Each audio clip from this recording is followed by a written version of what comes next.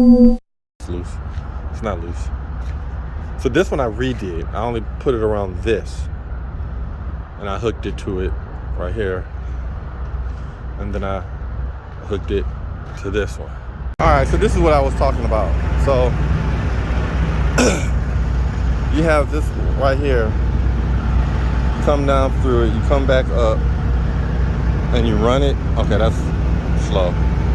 You run it along this, then you come back up over it, and you attach it to the chain that's attached up there. So the problem is, okay, here's a better look. So this one I redid, I think, did I? Yeah, so I came down, went under, came up, hooked, hooked that to this chain.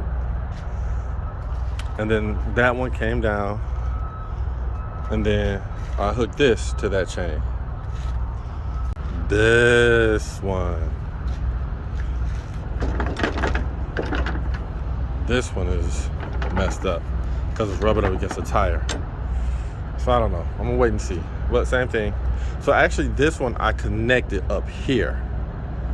It's pulling on this. This is loose.